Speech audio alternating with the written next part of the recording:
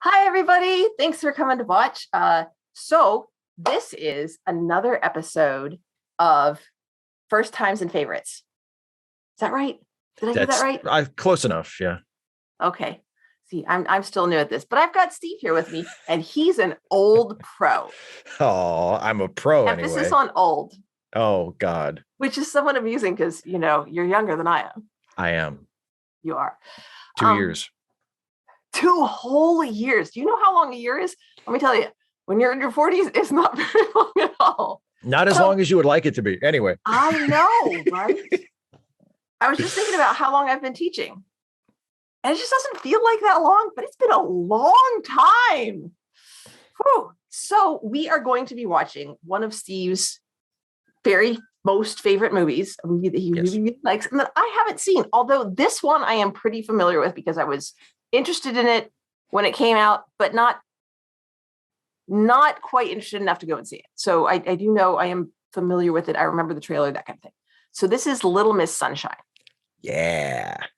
So do you want to tell me what you like about it, or do you want to like? Well, we can talk a little bit more about it after we watch it. But yeah, I mean, yeah, it came out in 2006.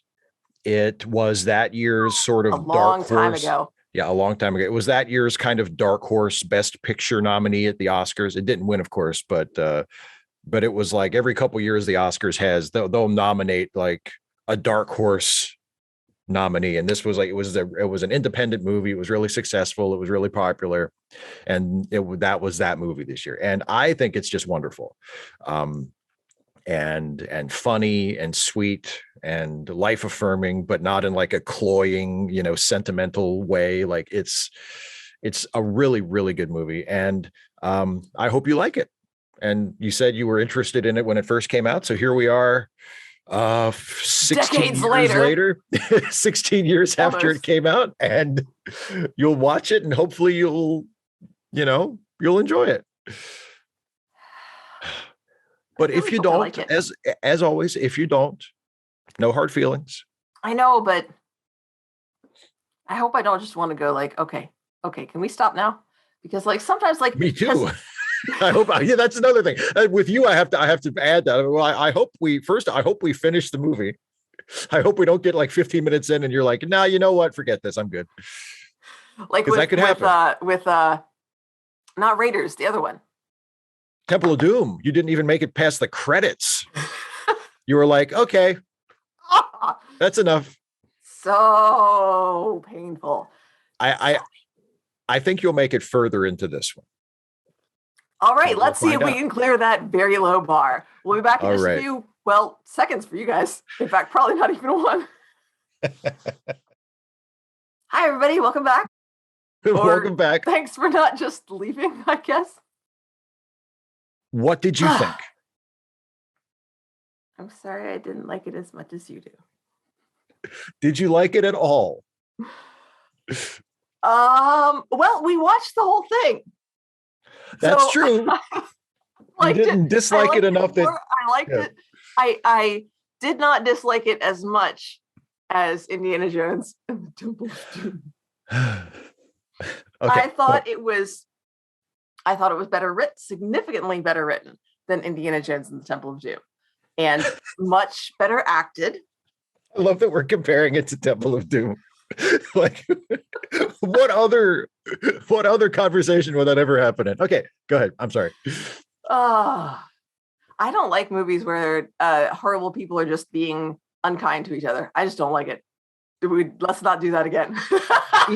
even if part of the point is that eventually they're not horrible to each other, because like they move from no, because there are pieces in between where they are not horrible to each other. But I don't believe that anything has fundamentally changed in this family. Well, it doesn't necessarily mean that anything has to fundamentally change. It's just through the arc of the story, they go from. If it's okay that sometimes they're not horrible, then there's no movie, because there are other times, which to me indicates that there have been other times, like literally there's no arc. There have been other times, we saw it through the movie, there are times when they're not horrible to each other. like Right. throughout the movie, which indicates that this is the way that it's always been. They've always mostly been horrible to each other, with occasional bouts of somebody saying something that resonates with somebody else. Yeah. Yeah, I guess but you have to sort of project their lives beyond the movie. Yes. And I just That's don't. exactly what I'm doing. Yeah, right. And I don't do that. Like, I just watch the movie and I'm like, okay, they're within the they're movie, at each other's throats. Yeah, like at the beginning, and then by the end, they've come together. No, it just stops at one point when they're not at each other's throats. But they could have done that earlier. They could have stopped at any one of the other points when the characters weren't at each other's throats. But it would have been nearly there's no arc. It's up and down. Like it's peaks and valleys. Peaks and valleys along a solid flat line. But it wouldn't have been as, we wouldn't have gotten to see Olive do her Little Miss Sunshine routine if they had just stopped at like. We could have just picked up with them being there, and we could have just watched the routine. And you would have not known who any of the people were. I don't know. There's so much that it assumes, like it asks you to assume beyond the movie. But like what? Like what do you? The fact that Olive is obviously astounded by these other pageant contestants. She was in a pageant before this.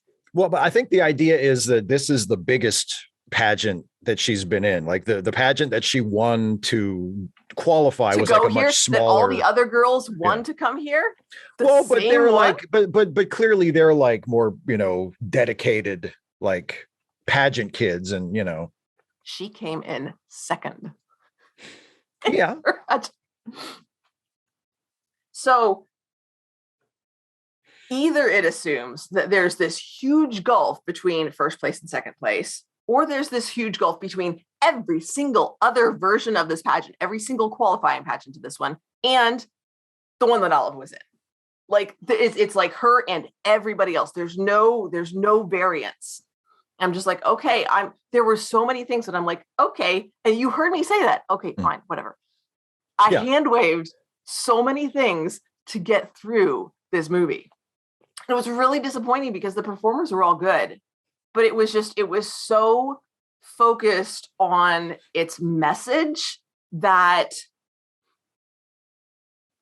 it put what could have been believable people into caricatures in what wasn't sure like it was trying to be serious, but also by being farcical. And it doesn't succeed at being serious. It doesn't. It's interesting that I feel like we kind of view it exactly the opposite from each other. Because I think the strength of the movie is the characters. I think every character is wonderfully drawn and interesting and goes through a sympathetic sort of arc in the movie. And I think it's primarily a comedy with serious parts. Like you sort of described it as like it's serious with farcical elements. I would sort of flip that and say it's mostly a comedy with some dramatic parts to it. Because as you know, we just watched, like I was laughing all the way through it. Like I think it's hilarious. But then it also has moments, like when Grandpa dies, or honestly, even in one of my favorite moments in the movie, especially of the non-funny moments, is after Richard finds out that he's not going to get the book deal, and his dad sort of slides up to the front to give him the little pep talk, and at first Richard responds just kind of dismissively. He just sort of goes like, thank you, Dad, yes, Dad, thank you. And does it in that sort of sarcastic tone that he has. And then his dad puts his hand on his shoulder and Richard sort of softens and he says, thank you again. And you can tell that he means it that time. He says, thank you, Dad. Which I think is important for the Richard character too, because he's such an asshole for most of it. And, to see him actually have like a human response to one of the other characters without going into his act, I think is an important moment for that character. I strongly disagree there. His act is a human response. Okay, yeah, but I mean, he's not putting forth the artifice, is what I mean. He's not doing the act. He's reacting Well, he's reacting outside of genuinely. the, yeah. He's reacting genuinely. I will say the characters were interesting. I'll give them that. I didn't believe any of them. Okay. Nope. Okay. See, this is interesting that we find that we're such on opposite poles, because I think, like I said, I think I love every single one of these characters. I think they're all, you know, I mean, even the ones that start out very unlikable, like Richard, wind up being likable to me by the end, you know, because you see that they all have something, they care about each other. You know, like you see what, like when, I mean, the obvious moment to point to is after Dwayne has his breakdown in the van, and like he's just cussed out his family. He's sitting there all by himself, and he's like, "Leave me here." Olive just walks down and puts her arm around him, and that's all it takes. And he's like, "Okay." He loves his sister. For whatever else, he's the moody, angry, angsty teenager who hates his family, but he loves his sister, and he wants to do what, he wants to make his sister happy. And there are moments like that from the other characters as well. Like you can tell that they care about each other, even if they're dicks or they don't get along. They really do love each other. And that's what sort of, I know. I don't redeems buy them. that they really do love each other. You don't buy that they love each other. Nope. I don't. Okay. Let's be really clear on this. I absolutely don't. I believe there is some level of caring there. I wouldn't say they're a family. I wouldn't say Okay. that's not a family. I believe they humor each other, and occasionally they care about each other. But no, they're not a family. Wow. They're just not. And Olive, the least believable one is Olive. There's no way you could be 6 years old in that family and maintain that innocence. Nope. It doesn't happen. I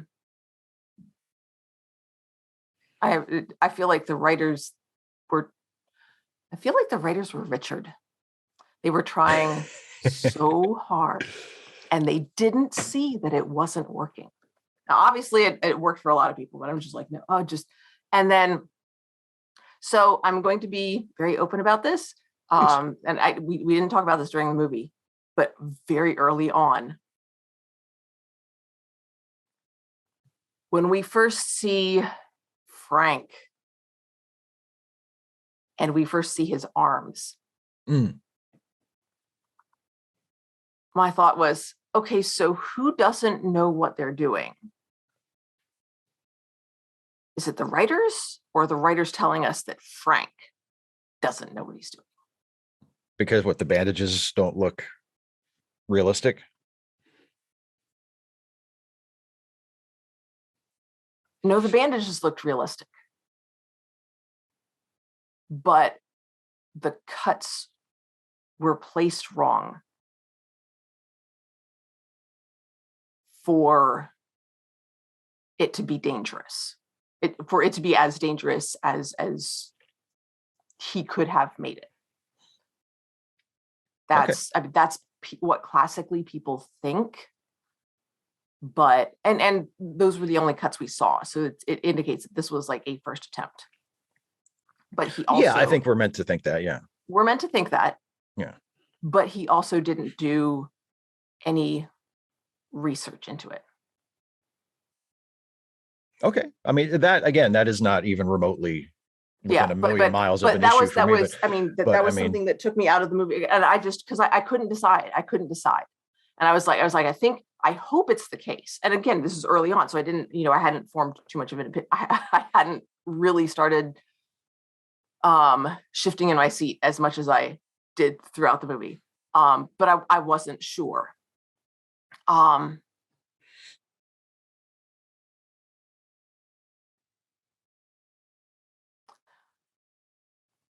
I can't remember some of the other things where I was just like, yeah, a lot of stuff about the pageant. I was like, that's not how that works. That's not, but there were so many points on that it rang as they're just like, okay, so we're going to be unrealistic here, but it's okay because we're doing it for the bit.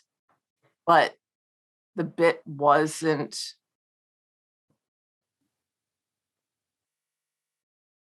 funny and it wasn't particularly interesting.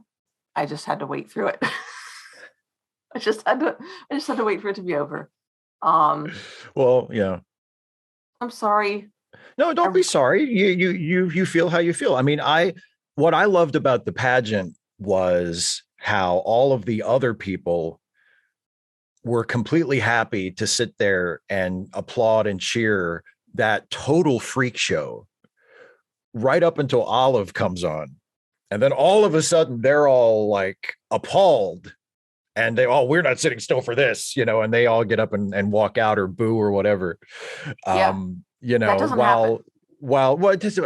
Whether it yeah, exactly. So many things. I don't care if it doesn't happen in real life. Like, that's not the point. Like, what's the point? The point really is want to know. The point is, I feel like, and one of the things I like about the movie is that it doesn't hit this note too hard. It's not like the entire movie is meant to be just like a takedown of child beauty pageants, although that is something that deserves to be taken down because those things are horrible.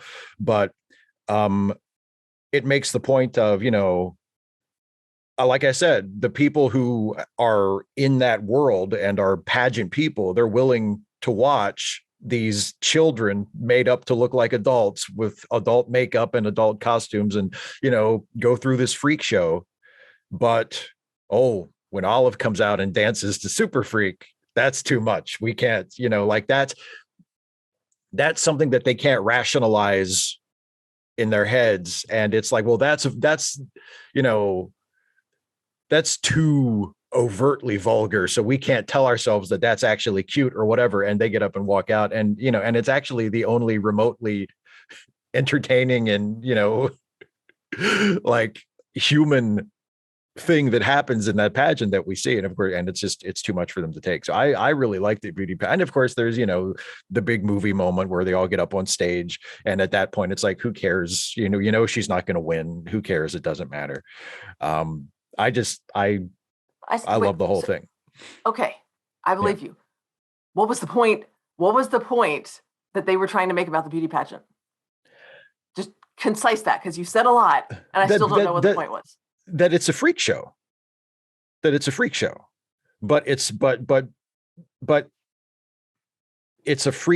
that the people who are fans of it or pageant moms or whatever are accepting of. But if something comes in and, disrupts, their carefully manicured freak show, then they don't like it. Okay. Because that's why we get all the shots, especially because Richard is the one who's actually there in the audience the longest. We get all those cuts back to him where he's like, watching these other girls do their act and everybody's like going crazy for him. And he's like kind of looking around like, am I the only one who thinks this is weird? And then Olive comes up and she's doing her thing and everybody else thinks Olive is weird. But for some reason, they didn't think, all of the other children doing weird things. That rang completely inauthentic to me. But Okay. I mean, for a couple of reasons. First of all, there's hotel security. And I mean, we see them there, we see them at the end. So I'm just like, okay, I'm just. Oh, I'm sorry. Go ahead. And then the other thing is the audience members taking offense. No. Nope. There are two. There's really only one reason that they walk out, and it's because it's because their kid's part's over. That's the reason they walk out. True. But no, I didn't buy any of that. I didn't buy that they were so offended by Olive's little dance that they was just too much. Yeah, I didn't buy that at all. Not at all. I didn't buy it. Okay. I realized it was trying to get me to believe that, and I just no. Mm-mm. Okay. All the whole thing about, because it frames it as, these people are judging Olive, and that's bad.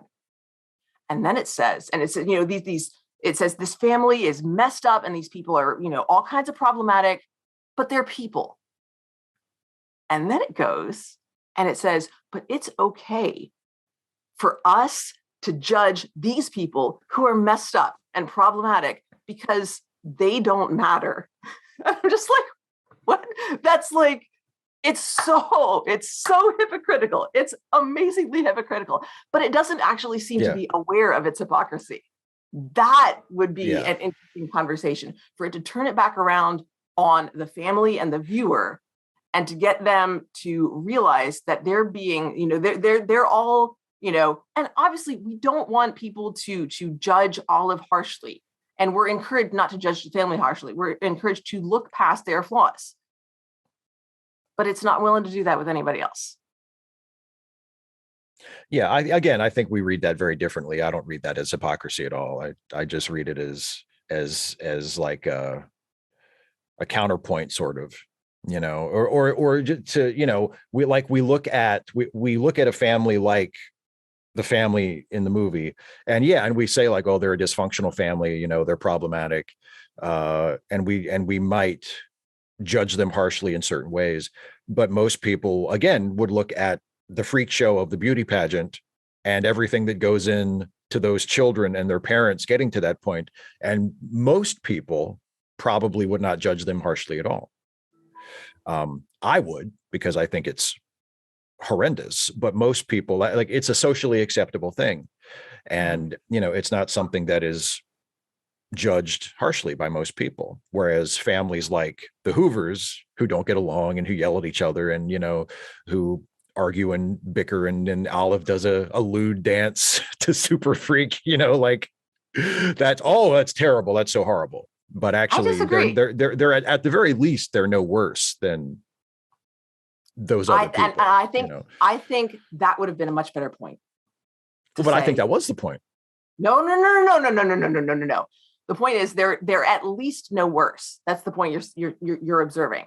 But I think the movie makes the movie is framing it as these other people are even worse. And I think it would have been better to say they're all messed up in different ways. They're totally. And I also disagree that because you say that people accept child beauty pageants, that's socially acceptable. I mean, it's not illegal. But let me tell you, there are all kinds of people. I think the majority of people view child beauty pageants, especially when the little girls are hypersexualized and adultified.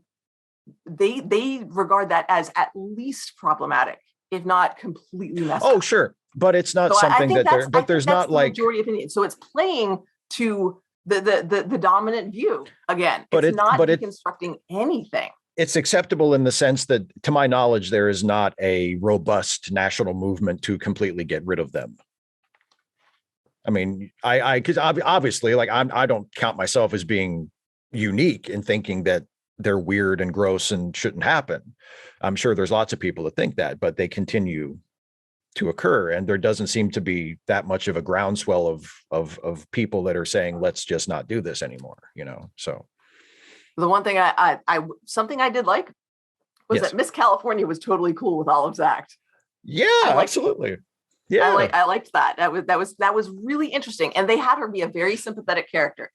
Yeah, I do want to go ahead and wrap this up though, because I get to go to the doctor and have my ears checked, and hopefully they will give me some sort of solution I'll be able to hear, and this ringing will go away. Oh gosh. I really hope it happens. I'm seriously, I'm about to tear up over that. So. I know that you've been, and I've been talking about it. I'm happy for you, but I kind of wish you hadn't gone into the detailed explanation. Because I think it would have been funny if we could have played it as, oh, I can't wait to go to the doctor to get my ears checked, as though you dislike the movie that much that you're actually looking forward to going to the doctor and getting your ears examined. You're like, oh, at least I have something to look forward to. But yes, let's wrap it up. Honestly, the people who watch this have probably been coming to like the live streams like every Wednesday and hearing me complain about it every Wednesday. So they probably already know. Anyway, I would be really interested if you've watched Little Miss Sunshine. You know what I want a comment. So let me know what you think of it. And do you agree with Steve and think it's like wonderful? And it's a shame it didn't win the Academy Award for 2006. I don't know what it was up against. Well, I don't know off the top of my head either. I'll have to look it up, but yeah. Okay. And if we had more time, I would love for you to explain what you meant by, this is what makes a particular movie, every so often they have a dark horse. So we'll have to talk about that more another We'll time. talk about that later. I love that. Yeah. Well, yeah. And thanks so much for putting up with our bickering, our own bickering and disagreements. Thanks again for watching. And I hope you have a wonderful day, and that I really want to encourage you to talk to the people in your life, to ask them questions and listen to their answers with the objective of understanding them, not of responding to them. So thanks again. Have a lovely day. Bye, everybody.